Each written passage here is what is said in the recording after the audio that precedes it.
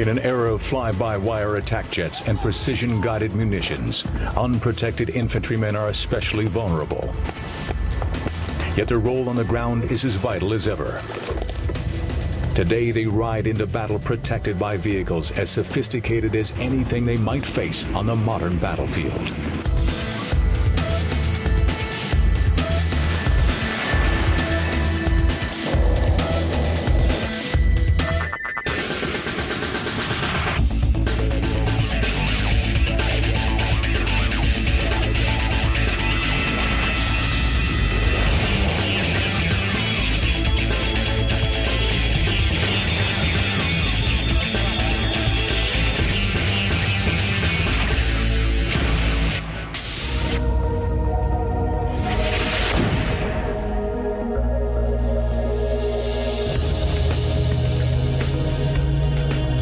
When tanks first appeared on the battlefields of World War I, they were lumbering, slow machines. By the end of that war, military strategists had learned that tanks were at their most effective when they were supported by attached infantry units.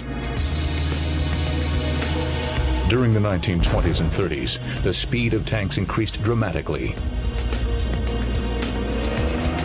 Newer tanks raced across rough terrain at speeds of up to 30 miles per hour, nearly 10 times faster than infantry could maneuver.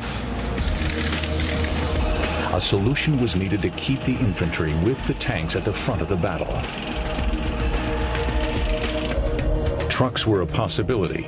However, they offered no armored protection and could only travel effectively on roads. For infantry combat, more capable vehicles were needed to carry out what is called today combined arms tactics. The capabilities of faster tanks became more and more preponderant during the 1920s and 1930s, and then we see the development of vehicles that can keep infantry under armor and up with those tanks as they go deep into the enemy's rear. The combined use of tanks, infantry and artillery was first seen in the Second World War, with the deployment of infantry combat vehicles such as the U.S. Army's M3 half-track. Its rear track assembly gave it better mobility than trucks using wheels alone. And its light armor protected the infantry squad inside from enemy small arms fire. It also gave added firepower to the infantry squad by adding a .50 caliber machine gun. However, it provided no overhead armor protection since the added weight would have been too great a burden for the vehicle. The infantry fighting vehicle evolved slowly after the war. The Soviet BTR-152 of the early 1950s was little better than the wartime half-tracks, essentially a truck with armor plating. But tank technology was moving ahead faster than vehicles like these. Clearly, additional armor and mobility was needed. In the 1960s, a new generation of infantry vehicles emerged, called APCs, or Armored Personnel Carriers. The U.S. Army's M113 was typical of this type of vehicle. These fully tracked vehicles had greater mobility than half-tracked vehicles and provided the troops the security of full armor protection. Going to the full track gave them a much better off-road capability than the half-track design did. And let's face it, with full track versus half-track, on road you really don't have that much difference in capability. With the wheel, you're subject to tires getting punctured and to the fact that you're going to have less off-road capability without the full track. The M113 was the first modern battle taxi developed to transport infantry forces into combat in concert with the battle tanks. Once in position, the infantry would dismount and fight on foot.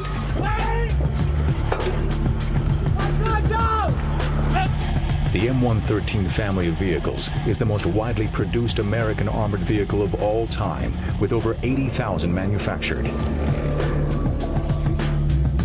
It is used not simply for transporting infantry. The M113 has had more than 40 major variants, And with over a dozen still in use, M113s continue to serve in many combat support roles, such as its use as an ambulance to carry wounded troops away from the front. The M113 is also used as a tank hunting vehicle, armed with the TOW missile.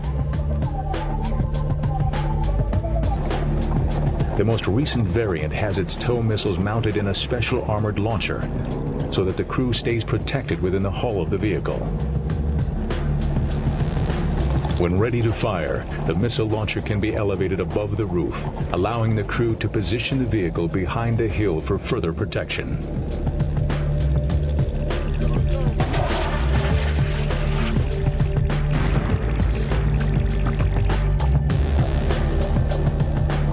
The M113 has been widely exported around the world, serving in over 50 countries.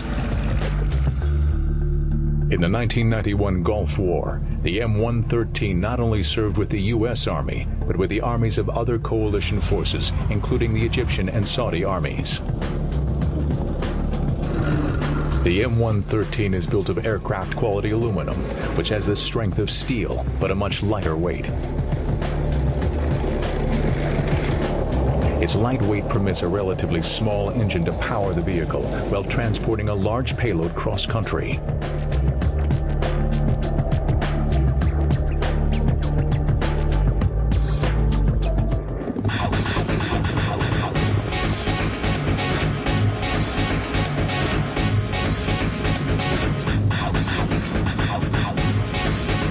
The most challenging requirement for infantry vehicles comes from Marine units, with their need of transport across terrain as well as water. The U.S. Marine Corps pioneered amphibious infantry vehicles, which they called Amtracs.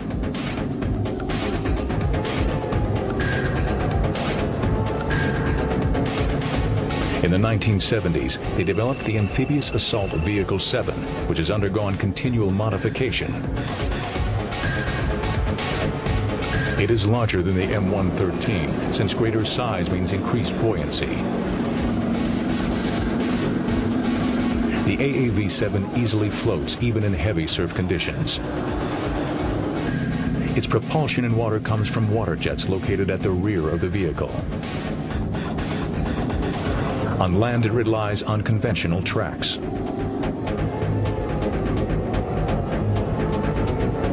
The AAV-7 provides great armored protection to Marines during amphibious assaults. But with a top speed of 7 knots in the water, it leaves the vehicle vulnerable to enemy attack for extended periods. And its 20 miles per hour land speed does not allow it to keep up with the Abrams main battle tank. The U.S. Marine Corps developed a novel solution in its new Expeditionary Fighting Vehicle, or EFV. This advanced amphibious assault vehicle utilizes a bow plane positioned at the front, which causes the 30-ton vehicle to rise out of the water as if on water skis. Skirts at the side of the vehicle can be lowered to cover the tracks to eliminate a major source of drag. With a powerful turbine engine, speeds of well over 20 knots can be achieved, even in rough surf. And it can cruise at over 30 miles per hour on land.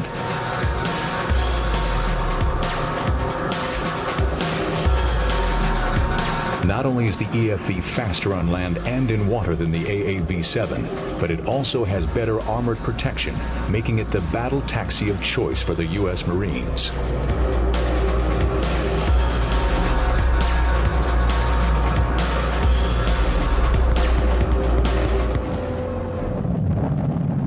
In the mid-1960s, a new approach to infantry vehicles began to emerge. The Soviet Army, convinced that modern land warfare might involve nuclear weapons, began designing an infantry vehicle that would allow the troops to fight from within the vehicle, rather than merely being transported to the front. While armored infantry vehicles of the day offered limited protection from the hazards of radiation and blasts, the troops were incapable of fighting from inside these vehicles. Firing ports were added, and the vehicles themselves were fitted with weapons, such as low-pressure guns or anti-tank guided missiles. The Soviet BMP-1 was the first of these new infantry fighting vehicles, or IFVs. In the mid-1960s, the German army began development of the Marder. Like the BMP, the Marder allowed the crew to fight from within.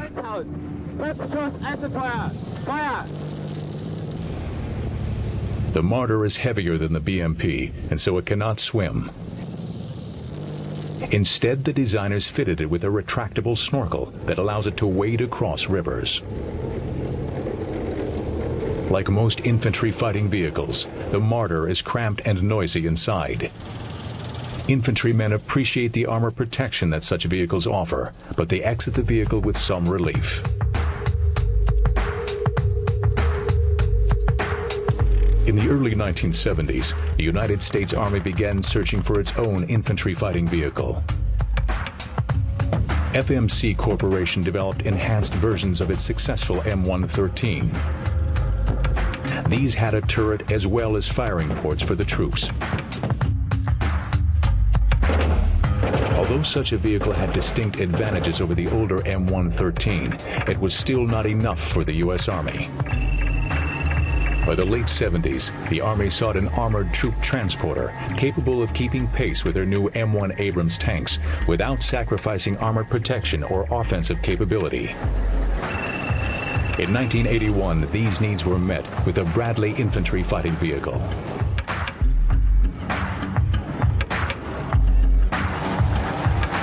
The Bradley offered three critical improvements over the earlier M113. It was fast enough to keep up with the Abrams tank in combat conditions. It represented a fundamental leap forward in firepower, and it was more heavily armored than any previous infantry transporter. Unlike the M113 series it replaced, the Bradley is not simply a battle taxi. It is a sophisticated weapons platform capable of providing tremendous firepower and direct support of the infantry it carries.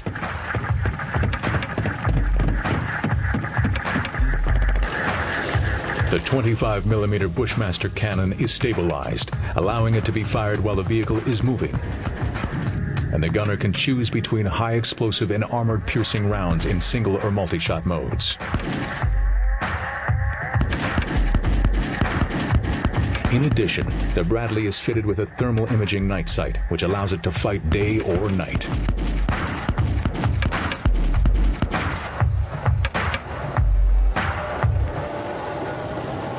An infantry squad in a Bradley has 7 men, 2 of them armed with squad machine guns and the rest with assault rifles. In addition, the squad can carry a Dragon anti-tank missile, as well as anti-tank rocket launchers.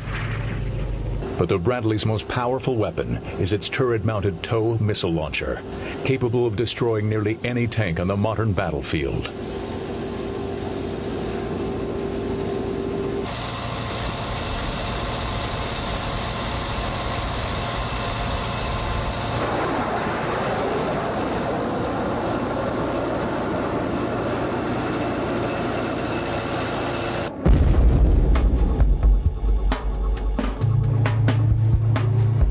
During the 1990s, Europe and the U.S. switched their attention from firepower to protection.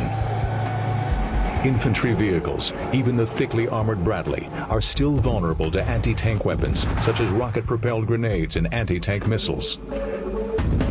Another one. The real barrier to more heavily armored infantry vehicles is cost, not technology. Infantry vehicles, should they be armored as heavily as tanks, would cost as much as tanks. Yet improvements in infantry protection continue. The Bradley M2A2 adds additional armor to protect it against autocannon fire of other IFVs and enemy anti-armor weapons.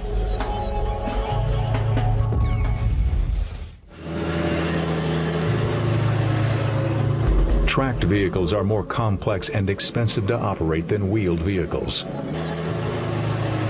In some areas, such as in deserts, urban areas, or dry plains, the terrain is suitable for either type of vehicle. For economy's sake, many armies have adopted wheeled infantry vehicles. These have little in common with the wheeled armored vehicles of the Second World War, having much more sophisticated all-terrain features. A good example of this type of infantry vehicle is the South African Roddel infantry carrier. The Roddel operates in dry terrain where a wheeled vehicle layout is optimal. Mines have been one of the most common threats to South African armored vehicles. Therefore, the hull of the Roddel has been designed to better withstand mine damage than conventional armored vehicles. While the vehicle may be damaged beyond repair, this feature can significantly reduce casualties among the crew.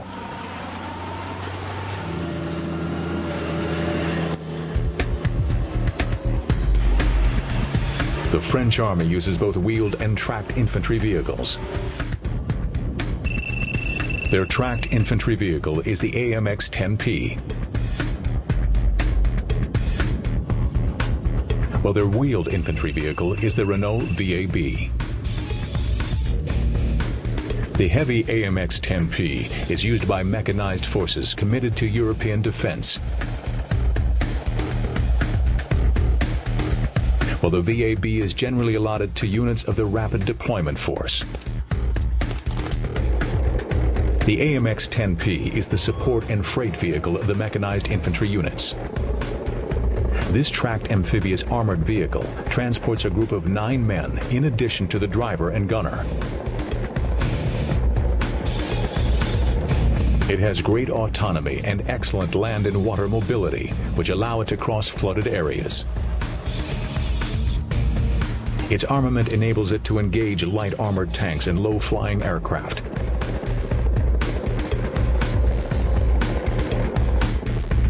In 1998, France deployed the AMX-10P to the Balkans in order to help stem Serbian aggression in Kosovo.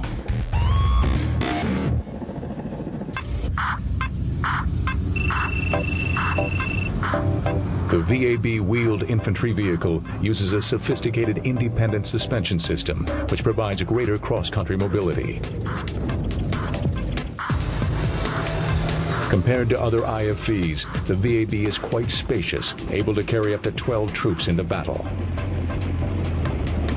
Like many wheeled armored vehicles, the VAB can maneuver across small water obstacles such as rivers. The VAB's light weight makes it very easy to transport by aircraft, thereby giving it additional strategic mobility. The VAB has also been extensively exported and saw combat duty during the 1991 Gulf War in both French and Qatari service.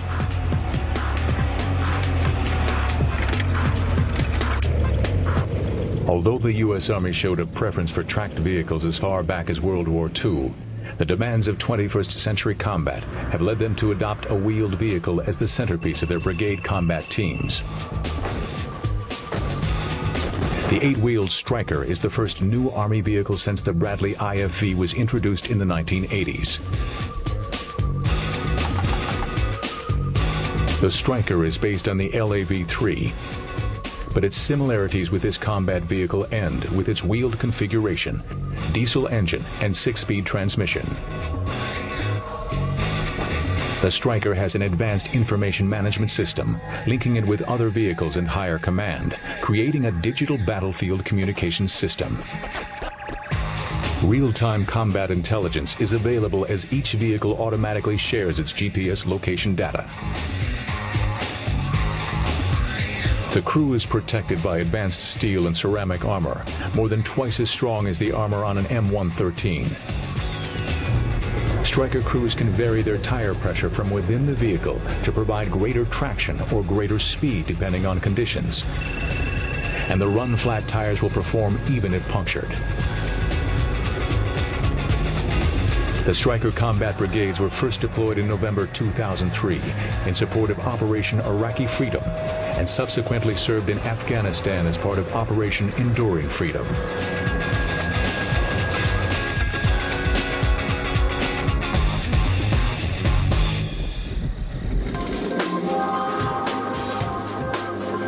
As innovative as the Stryker is, the real wave of the future can be found in the U.S. Armed Forces' latest efforts to develop hybrid-powered combat vehicles.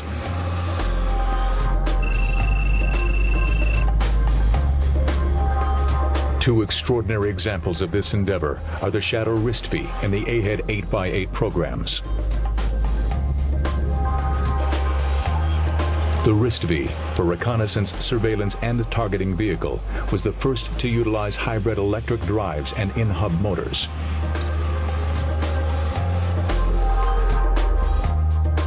One requirement was to have a vehicle which could be easily transported by the V-22 Osprey. The Wrist-V's compact design and folding suspension allows for just that. It is also designed to carry a payload of 3,000 pounds with a crew of 6, as well as travel up to 70 miles per hour.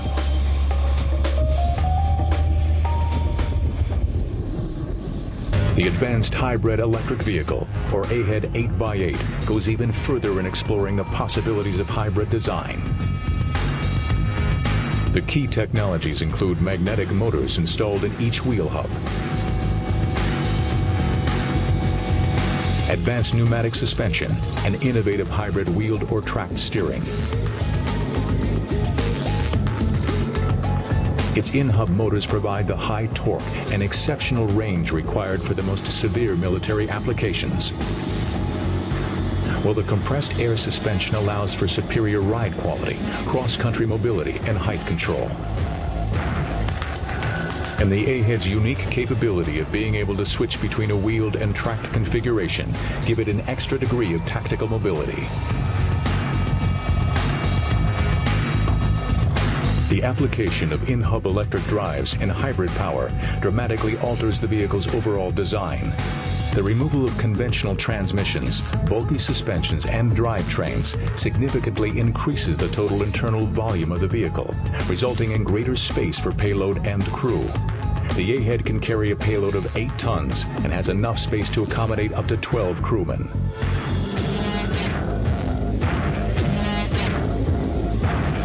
Together, these new technologies and designs promise to revolutionize the future of combat vehicles.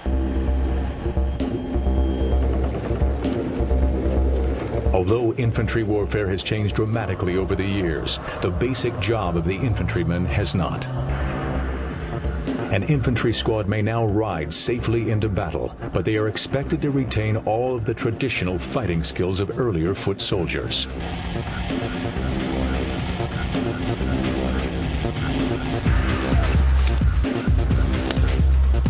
Technological advances have allowed more infantrymen to survive on the modern battlefield, but many new challenges lie in store for the infantry's combat vehicle.